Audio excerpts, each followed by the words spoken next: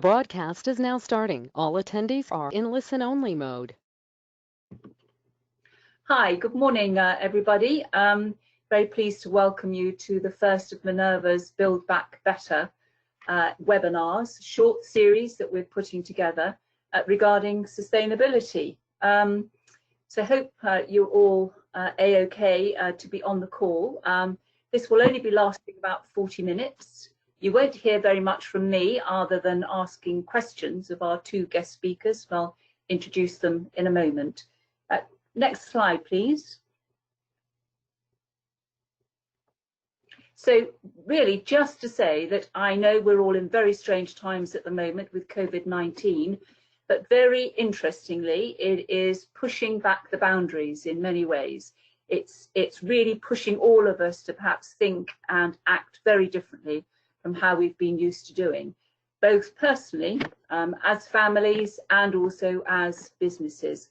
And we definitely know that citizens out there, our customers, have incredibly heightened awareness of all kinds of aspects to do with sustainability now than perhaps they were a little bit aware of before, but now actually really see that we need a tangible shift in the way that the world works, both for ourselves personally, for our businesses, but also perhaps for the planet. And we've got some benchmarks out there that are being accentuated at the moment. Some of you may be well aware of the Sustainability Development Goals, from the United Nations, which provide an amazing framework against which one can actually start thinking strategically about how we might actually make sustainable changes. And of course, lurking in the background, of course, for all of us is the spectre of climate change, which many of us perhaps have already seen specific examples of. But I mean, just today, we heard news that BP are actually deciding to not explore at least two of the biggest oil fields they might have in their pipeline. So even at that macro level, there are major indicators about seismic shifts in the way that perhaps the world will work going forward. So it's, as we all know, it's very interesting times. It can be very strange times. I mean, here I am sitting with a badger-looking haircut now, which, I'm really waiting for the hairdressers to open, which hopefully won't be too long now. So hope you're all well, and that all is going as well as can be expected, with your businesses and personally. And we're very pleased to have you along with us on this particular journey. Just one other thing just to say to you, do make sure that you have your phones close by, because at the end of the webinar, we would like you to log into a certain app to actually help us build a word cloud around everybody's experiences regarding sustainability going forward. So next slide, please. So I'm delighted to welcome you. Oh goodness, I've got the same shirt on. It is seen by my team as my uniform whenever I'm supposed to be presenting, so here's evidence of that. So Rhonda, my name's Rhonda Smith, and Minerva is my company. We're a micro SME, and I'll tell you a bit more about that later. But Mimi, who's behind the scenes, she's part of the Minerva team. But I'm delighted to welcome our two guest speakers today. Amanda, who we do know very well, because actually she does work with Minerva as well, but also works with Oaktrack, and you'll hear from Amanda shortly. And delighted also that Gerald could make himself available from his busy roasting duties and distribution of coffee all over the place. And we're really looking forward to hearing from both of our guest speakers today. So next slide. So just a broad agenda here. We're going to ask you a question at the moment. There'll be a poll that comes up on slide, just to give a little bit of an indicator about sustainability, what it means for you and your business and your organisation. Then you're going to hear a little bit from me about Minerva, but hardly very much. And then I'm going to hand over to our two guest speakers regarding their own experiences in these strange times. Just to say that those who are not so familiar with the GoToWebinar system, there is a chat box that you'll find. If you'd like to post your questions in there as we go along, that would be really good, and we will handle most of the questions in that Q&A session at the end. But in the meantime, if you have a technical issue, please also post that in the chat box, and Mimi will endeavour to help you. So hopefully everybody is raring to go. And we'd like to obviously stay in touch with you, and we'd like you to obviously give us feedback as to your experience of this particular webinar. So next slide, please. Okay, so a question for you. Is your organisation able to deliver against your own sustainability planning in light of the current pandemic and restrictions? We'd like just to have a quick overview as to how your experience is going at the moment. Can you completely move on and continue to drive home your sustainability goals? Maybe you're only able to do it partially. Maybe you were actually under lockdown, really hasn't enabled you to continue your planning at all, or perhaps you're completely neutral about that. So I think an interactive question will appear shortly on your screen. So could you actually input your vote into this for us? That would be really helpful. We don't have that many people on the call, but that doesn't matter.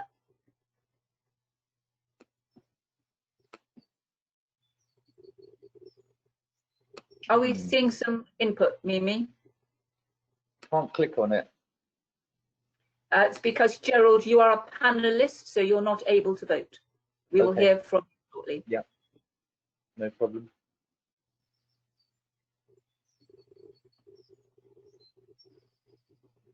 Okay. Okay. Those who are attending externally, are you able to access the quick poll? Perhaps you could just put a quick message in.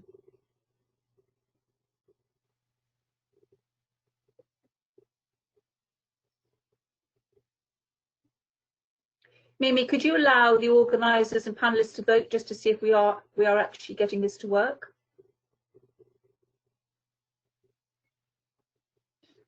Can you do that? Ah, okay, can't do that. All right, not to worry. All right, we'll move on. Seeing as that hasn't worked, we'll have to investigate why that hasn't. Ah, okay, we have one partially. Okay, just one input into that question. Because of course that's a big question for all of us. You know, has this actually impacted on us in a very significant way or not? So if we turn very briefly to Minerva's experience. So next slide, please. So in fact, it's going to be Minerva's 10th birthday this October, which doesn't seem possible from my perspective, but it's a great milestone to have achieved. And we have remained purposely as a micro SME, and communications, for those who know the business, is at our heart. But we project manage research projects and communication projects across the whole span of innovation, bio and circular economy, and indeed the topics of sustainability and well-being. So this area is one that's of really of importance to us to understand more comprehensively. And the way that we operate, I think, you know, we are probably the minority of businesses that have had the luck of not actually being very badly affected at all during the lockdown. So 90% of our work and the way that we operate has just remained unchanged, other than that everybody is working from home, for example. We've worked over the last 2 years, particularly on our own sustainability policies and initiatives, and we continue to strive to better those and to deliver them. But we are in serviced offices here in Andover at Base Point, and that means that we've got limited control of some of our central facilities, which is quite frustrating, not only for us, but also for the number of companies who phone us trying to get us to change from one supplier to another. So what we've tried to do is to stay focused on those aspects of our work that we can control. And obviously one of those is the supplies that we use, but also the way in which we travel, which actually for us has been relatively simple because travel is eliminated for the time being. But most of our work now, rather like this webinar, has to be done online with everybody working from home, with regular team and bilateral meetings. But I'm sure all of us who have to be working this way know that this actually requires a lot more dedication and is a lot more tiring because of our willingness to or our ability to actually work most effectively in that kind of environment. I've worked from home a lot of my working life, so it hasn't come as too much of a surprise, but actually even for me, one has found actually focusing, providing the dedicated time that you need, it becomes much harder, you know, as the week wears on. Although conversely, weeks seem to be going by like nobody's business, so it's a very strange time. So the reason that we're doing these webinars is probably very obvious to everyone, in that we're endeavouring to maintain our profile, both online and direct, you know, during these strange times, and trying to utilise our connections as sustainably as possible. So thank you very much for joining us and spending a little bit of time with us. I'm delighted that we've got with us Gerald from Peaberry Coffee, who we've had the absolute pleasure of working with a bit on his social media side of things, helping to build the brand and build his profile. So we're going to be hearing from Gerald in just a moment, and also we've got Amanda with us, who works for Oaktrack, a very local supplier, sustainable supplier of excellent food supplies. So we're going to start with Gerald. So Gerald, are you raring to go? Yes, absolutely, Rhonda. Gerald is raring to go. We posed 3 questions to Gerald. Okay. So the first one is, have you had to adapt your sustainability plans and actions in light of the current pandemic and restrictions? We know from working with you that you've been striving towards this. So, but what have you had to change? What have you had to adapt in these current circumstances? I guess from a business point of view, I've had to change the whole structure of my business, really pretty much overnight. From the moment lockdown was made official, I lost 90% of my wholesale trade, and had to reinvent the business and basically make the business online. So turn the business into 90% online trade, which is what it's standing at the moment. So there was a quick, there was a quick rebuild of the website and a relaunch of that, which was a huge help. That was done by my great designer very early on. That was completed within 5 days, and we were able to move forward as an online business as opposed to what we were before, which was wholesale. We also bought some apps which we put into Shopify to enable local delivery, so customers could actually choose whether they wanted to collect the coffee safely from me, and you know, respecting the social distancing, or whether they'd like me to deliver it by hand to them, which at the beginning was very much the case. I was doing a lot of local deliveries with my car, and orders were coming in thick and fast online. In actual fact, it was quite touching because at the beginning, as you learn, with the online deliveries, I was delivering customers in internet boxes like this, which was quite a lot of packaging really. But quite a number of them said to me as they greeted me at their door, obviously I was a good 10 meters away at the time, often you'd see a nose poking out through the gap of the door, and some very worried people, oh, I've got a little baby or whatever, please put the parcel down. I said, I've already put it down. But after a couple of weeks of online delivery, I started delivering in paper bags, just brown paper bags. So trying to do my bit for the environment to reduce the impact, because I've realized, you know, packaging is always the bugbear with this. Having had a previous wholesale business where I was delivering in plastic buckets and then picking up customers' plastic buckets, so which were empty. So you know, go into sort of pure packaging was quite a shock, but we adapted. And it was great because I was actually able to meet my online customers, which was a very unusual thing, I thought, during a particularly difficult time at the beginning of lockdown, and a very rare thing to do, really. Normally, you put your package in the post, or you frank your package and you send it on its way with perhaps a little friendly note inside as to thank them for their order, etc. But actually, I was getting to meet them, even though it was doorstep meetings from behind their garden gate, and understand possibly what their needs were or what their worries were, which I found very useful. And that perhaps is something that you might continue or endeavour to continue doing going forward. Yeah, because engagement is such an important thing. Yeah, I'm hoping now to come out of this smelling of roses. I really hope so, and have not smelling of coffee. Maybe smelling of coffee. Constant smelling of coffee. I can't even smell coffee anymore. I'm so used to it. But yes, to have a strong online presence, but also to have a reignited wholesale presence as well. To have the two together would be very good. So I'm hoping that's going to be the case. So what about the sort of inputs to your business in terms of the environment now? In terms of your own online ordering or maybe maintenance of equipment, how has that been affected? Well, regarding equipment, answer that question first. I tend to do most of my own maintenance unless it's electronic, and then I have to get somebody in.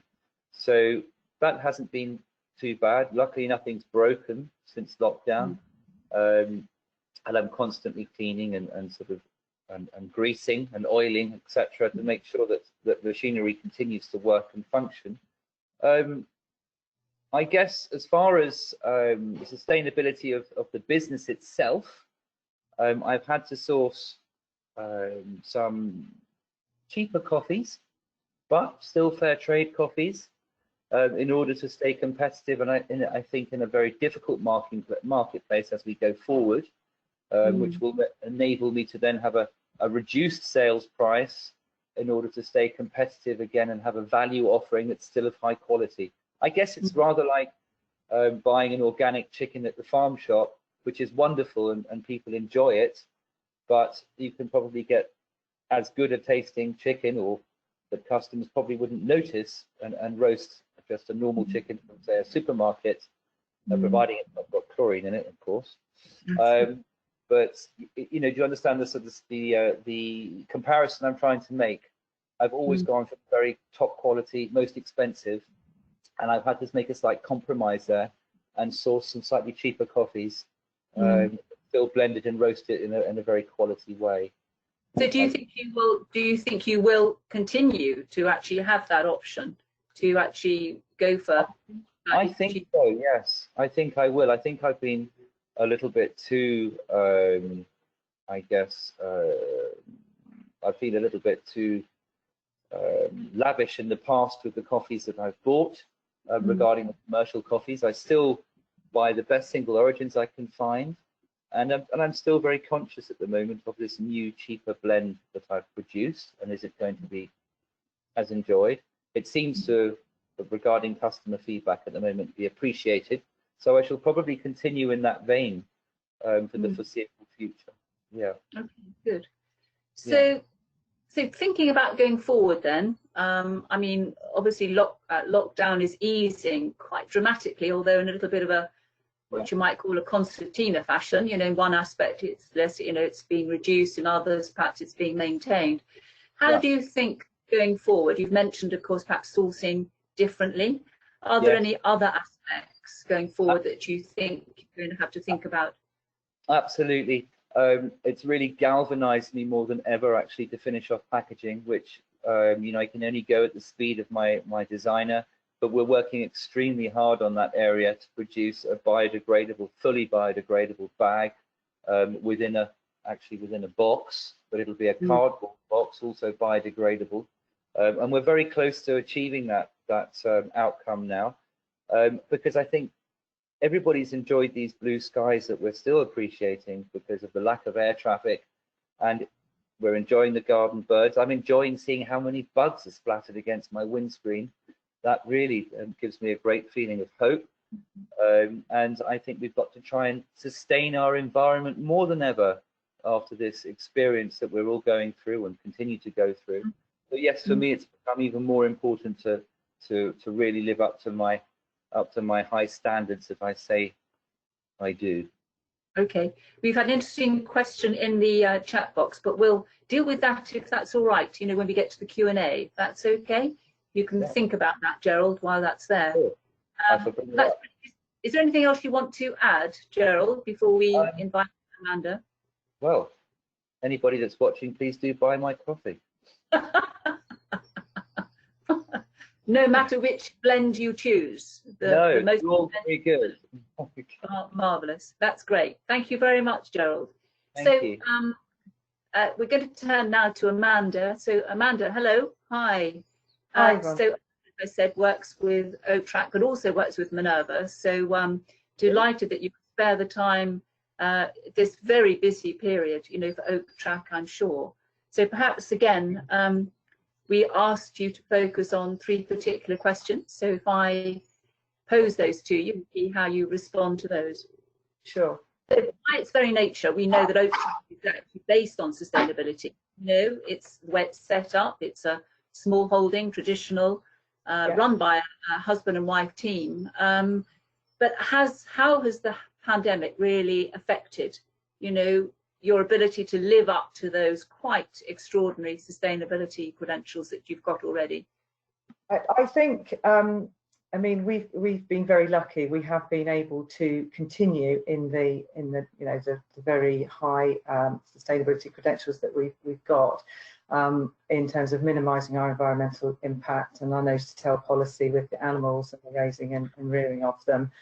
A lot of those things that you can that were on the slide there, we've not really gone away from, and in fact, because of the pandemic, we've been very fortunate in that obviously what we produce in terms of the meat is very much an everyday item for a lot of people. So we have actually been extremely lucky, and our business certainly initially during this pandemic almost doubled. So we were very, very busy. And got a lot more interest. People were starting to ask about the provenance, whilst we didn't have lots of time to talk about the whole journey when people came to collect orders. Unlike Gerald, we haven't set up an online system. We've still very much gone by people coming to do a collect service at the small holding. So we've maintained that. So people then have been able to see what the small holding is about and see for themselves how we are sustainable in the way that we work the land and generally operate. Also, what we did find is that people didn't, because we're very niche in what we do in terms of the meat side of things, customers were demanding that we had fruit and vegetables as well and other ancillary items, more sort of grocery-like items.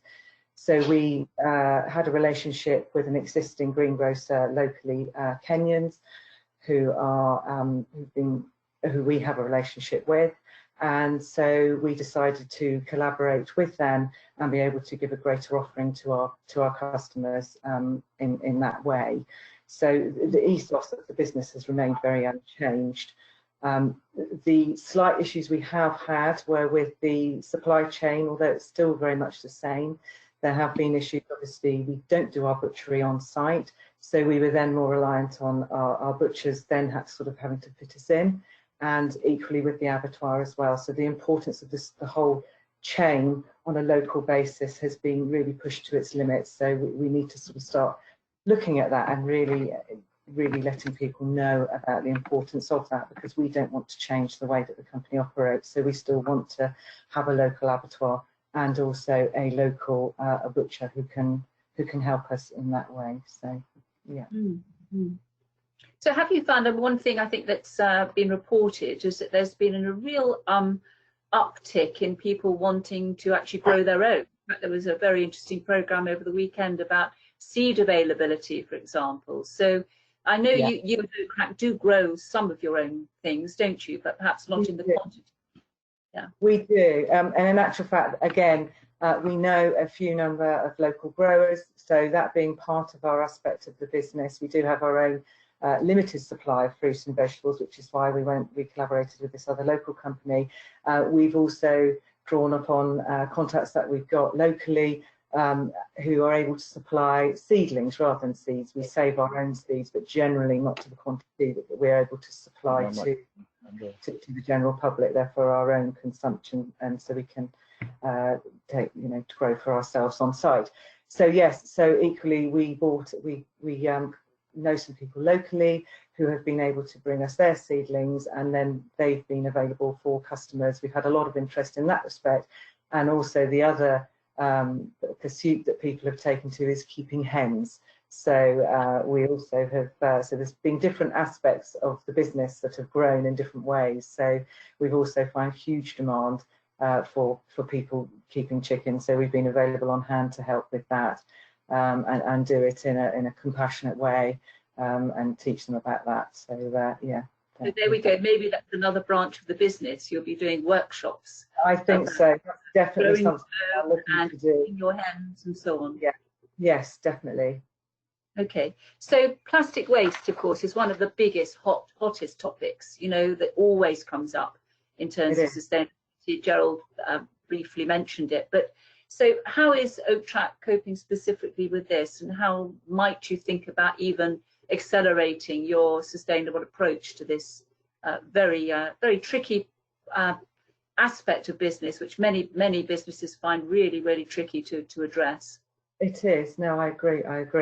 And I think the point to make is that I think there are situations where you can't totally eliminate plastic. I think we, on the meat side of things, we have to vac pack, but actually it gives the food longevity. So that in that respect, it does mean that obviously you can put it in your freezer for longer, and you can actually keep it for longer. So essentially that leads to less food waste. So there is a sustainability benefit there. We've always been about recycling and reusing, so we do encourage our customers always to bring back their empty jars and empty egg boxes and that side of things. And one of the things that we've started doing, and that we will continue to do, is we are using butcher's wrap, so which is more like a paper as opposed to plastic bags. And during the pandemic, we have done click and collect collections, and they've been all in boxes, in cardboard boxes from the fruit and veg supplier, so that we've minimised any new packaging that is used. So that's sort of where we're going there. And customers actually are bringing their bags with them anyway, we're finding. I think we were educating our existing customer base that they would do that anyway. Obviously, there's no bags generally available now in the supermarkets, or you have to pay them if you do. So I think people are getting into that mindset of actually bringing their own bags when it comes to coming to the smallholding. So they do it that way. Obviously the way you run your business, but also perhaps the external environment is actually really driving consumer behaviour change. Would you say that? I think we've noticed it at the smallholding. Yes, we have. And also when we do the vegetables, they're all sold loose, so they're not in any kind of wrapping. They come into us in cardboard boxes, which we then recycle. And then there is, we really do try and minimise. And on some of our products, we also make cordials and things like that. We actually do offer a refill system where we can refill the bottles if they bring them back. And the same with jars, obviously making sure that it is completely safe to do so. So yeah.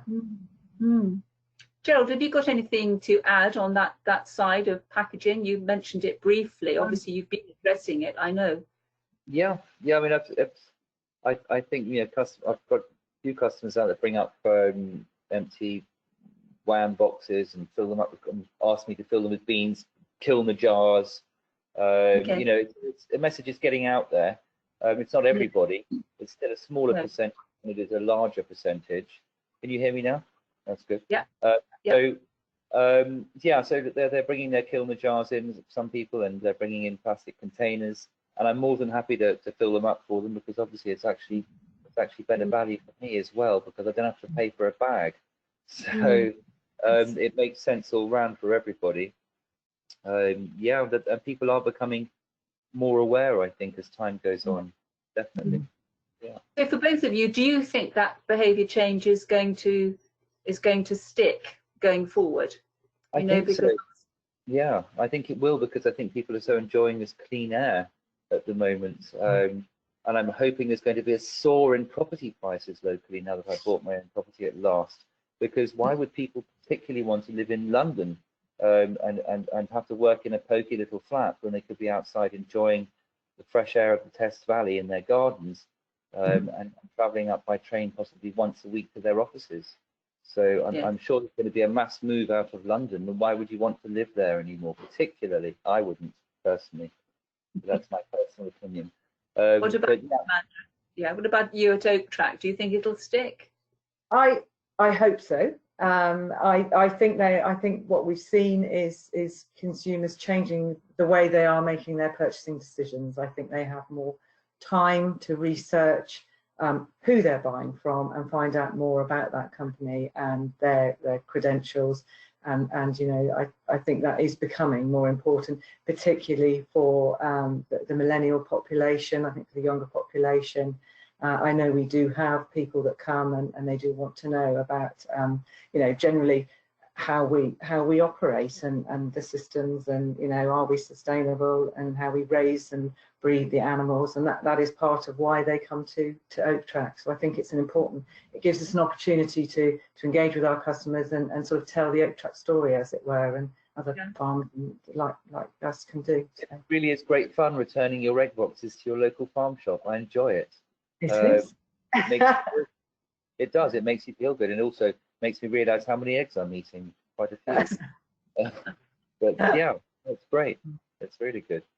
Nothing wrong with go to work on an egg. A really good goodness saying about. So that's good. So in our chat box, we had that very question, which you've both just responded to, which is really good. Could we have the next slide, please, which is just a Q&A slide, I think. Yes. So so I've got a few. So for both of you, if you could respond. Are you spending more time using social media than before? You know, what's your percentage of your time compared to going forward in terms of actually driving social media engagement? Amanda, do you want to go first on that? Yes, I mean, we have been using it as a tool of certainly communicating and letting people know what we're doing. We have, yes. In terms of the sustainability, we've probably not communicated that message so much, but in terms of a communication tool, we have definitely done that. And we also have done that alongside an internal. We have on our website a subscription to a newsletter, so we've been sending that out as well, really. And just recently, in fact, we have seen, obviously, when the pandemic started, there was a lot of buying that sort of just everybody went mad, and it has sort of tailed off a bit. And what we're now seeing is a number of the food and drink groups, Hampshire Fair and Local Food Britain, they've actually just launched new campaigns based on the fact that what their members have been telling them is very much about that whilst we've done lots to support our local community during the pandemic and when lockdown first came in, it's now that we need their support. So they're doing a Stay Loyal to Local campaign, that kind of thing. So promoting that side of things. So we have and will continue to definitely try and work with them and drive that campaign forward, which I think is important for local business too. So. Yeah. Gerald, what about you on the social media side? On the social media side, well, I'm not particularly good at posting anything apart from the odd tweet occasionally, but I have been engaging a lot with customers. I've got somebody else who's been posting for me, which has been good, because I find it's very time sapping to do everything. It's so much needs to be done on social media now, and I come from that generation that probably doesn't quite understand what you have to really do. So, or feels uncomfortable about lots of things. So yes, I think at the moment the most important thing is the engagement with customer, especially on Facebook, for instance. People want to hear from you directly, and it's just remembering to sort of answer those questions and emails questions that customers have. And I've been doing that as much as I can, remembering to go on there every 24 hours or 48 hours and just have a look and see if there's any new ones that have come in. Yeah, I think it's been absolutely vital. It seems to be the only way that we're communicating at the moment. And have you both, again, a question for you both, have you been influenced at all by looking at the competition? You know, other organisations that are, you know, work in the same sector as you. Is there anything that you've picked up from them, or you've copied maybe, or actually been thinking, goodness, I wouldn't do that? Do you bother looking at the competition or not? It's always interesting to look at the competition and to see who's using the high quality glossy photos and images, which is always a good touch, especially on Instagram. Seems to be the way forward for the high class shot. Yes, that's quite interesting. It's quite interesting to see other roasteries doing what they can, and some of it you approve of and some of it you really don't. You know, it's from a load of rubbish, really. But yeah, I'm always looking at competition. I think that's important. What about Oaktrack, Amanda? Yeah, I mean we do, but I think we're quite unique. Oaktrack is very much about selling its own produce wherever we can. So we're slightly different to a farm shop. We're slightly different to farms that just do the one thing. So I think whilst we know there are other people that are similar, we don't spend too much time. We don't have the time really to be focusing too much on it. There's so many tasks in hand to obviously be getting on with anyway. So yeah, but we obviously are aware, and as you say, you know, we do sort of have a look and see what else is going on out there. So yeah. Yeah, I guess in these circumstances, one of the big lessons is to really try and work with your own resources, isn't it, and your own specialisms, if you like, and actually support that side as much as better, rather than actually worrying about what everybody else is up to. Yeah, good. Okay, so just another very, very quick question, which we've covered in a couple of the other workshops that we've done, which is about the whole official certification route. You mentioned membership of different organisations, Amanda. So I guess there's two sides to this. How beneficial is it to have like external endorsement or validation, you know, of your work? You know, is it helpful to join the business organisation or the trade organisation, and maybe on the back of that to think about having some official certification? Is that on your agenda, Gerald, at the minute, or? Gosh, it's something I haven't really thought about, to be honest. If there was a organisation that could stamp me for being fully sustainable and doing my bit for society, I would definitely join that. Okay. But yeah, that's something I probably do need to think about. Yeah, possibly. There's usually a price tag attached to those ones. Yeah. The problem, and really, how are they the real McCoy? That's what you worry about. Do I have to spend so much time investigating them to actually see if they're doing what they really should be doing? Or can I find a reputable source straight away that will, I guess, pin a medal to my chest and say I'm doing a good job? Whether it's a tick box exercise or the real McCoy. Yes. Okay. Yeah. About Oaktrack. And I think what Gerald has said is very valid, and also obviously there are cost implications, and for a small business sometimes that's just not, you know, it's not feasible. I think it's and with regards to the membership organisations, I think you get great exposure in terms of you can obviously get your voice heard that way, but then it's looking at what other avenues there are and what works best for you. And I think we are a very local business, so we're not looking to necessarily go big. The small holding is the size it is. We're not looking for it to be a multi-million-pound business. So I wonder if in that instance it's appropriate, and that we just, as long as we stick to our own goals and purpose, will that be enough? I don't know. It's a question that Tina and Jim as the owners would really have to answer, I feel. Okay. Good. So I don't know if anybody's got any other questions they'd like to put into the chat box. I can't see any more in there. Next slide. No, I think we're. Oh yeah. Okay. Here we go. Yes. All right. Sorry. Oh yes. Costs. Well, have you noticed increase or decrease in the cost of importing coffee during the pandemic? Do you want me to answer that verbally? Yes. Go on.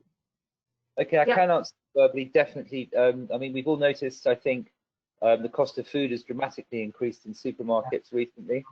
Not that I visit one very often, I have to confess, having mostly shopped now at farm shops and smaller establishments supporting local business. But I've certainly noticed an increase in coffee prices since the start of this pandemic. And yeah, that's been another reason to try and source some slightly better value coffee, really. Okay, good. I'm sorry, and I missed Susan's question as well. To Oaktrack, different opening hours. How has that changed? Have you had to change your availability, I guess? Yes, we have. I mean, initially we were open for Wednesday to Saturday. What we've actually found is that well, then we did the collection service, and that actually extended our days. So because of all our other commitments, what we decided and what we are going to do going forward now is we have a full day on a Friday for people in anticipation of the weekend and their sort of buying habits. But we've stuck to the Wednesday to Saturday, just simply because otherwise we just couldn't do all the other tasks that we really needed to do and get on. So there have been changes in our hours, yes. And at one time we did sort of time slots because that worked for people. And we were actually also going out into the community and delivering locally anyway to the community. So yeah, there were a bit of a change, but I think this is the hours we have now, which are on our website, are the way we will continue going forward. So. What about you, Gerald? Have you changed your opening? I think I'm open pretty much every day actually. I have been since lockdown started. I've obviously opened longer hours now than before, but I'm always here from 8:30 in the morning till 3:30. Bar the occasional Wednesday I have to do a delivery to Bracklesham, and usually then I'll put a note on the door. But yes, I've noticed that the customer footfall has just recently increased over the last couple of weeks as lockdown has started to ease. That's definitely been apparent. People are getting more confident now to come out and buy coffee directly from me, and hence internet orders have slightly decreased. Now they've definitely cooled off a little bit. Yeah. Okay. So again, you're seeing a bit of a crossover.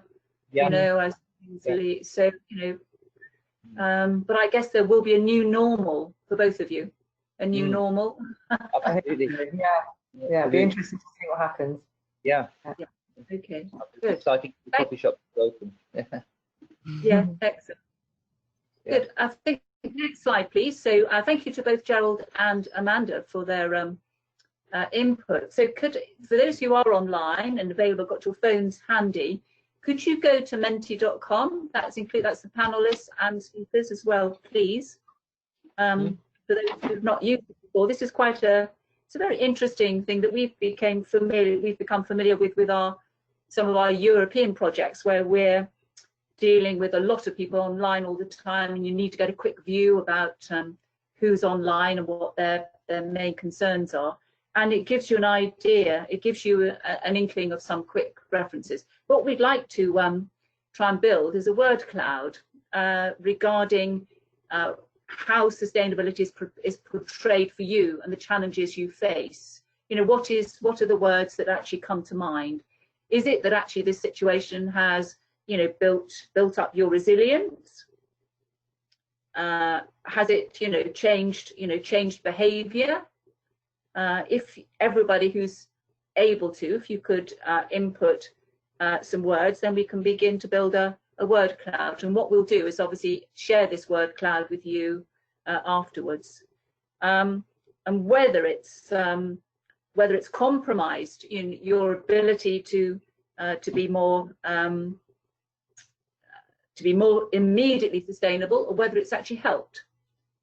So any single words, and the system will invite you to submit 3. So if you can do that, and we'll share that with our feedback.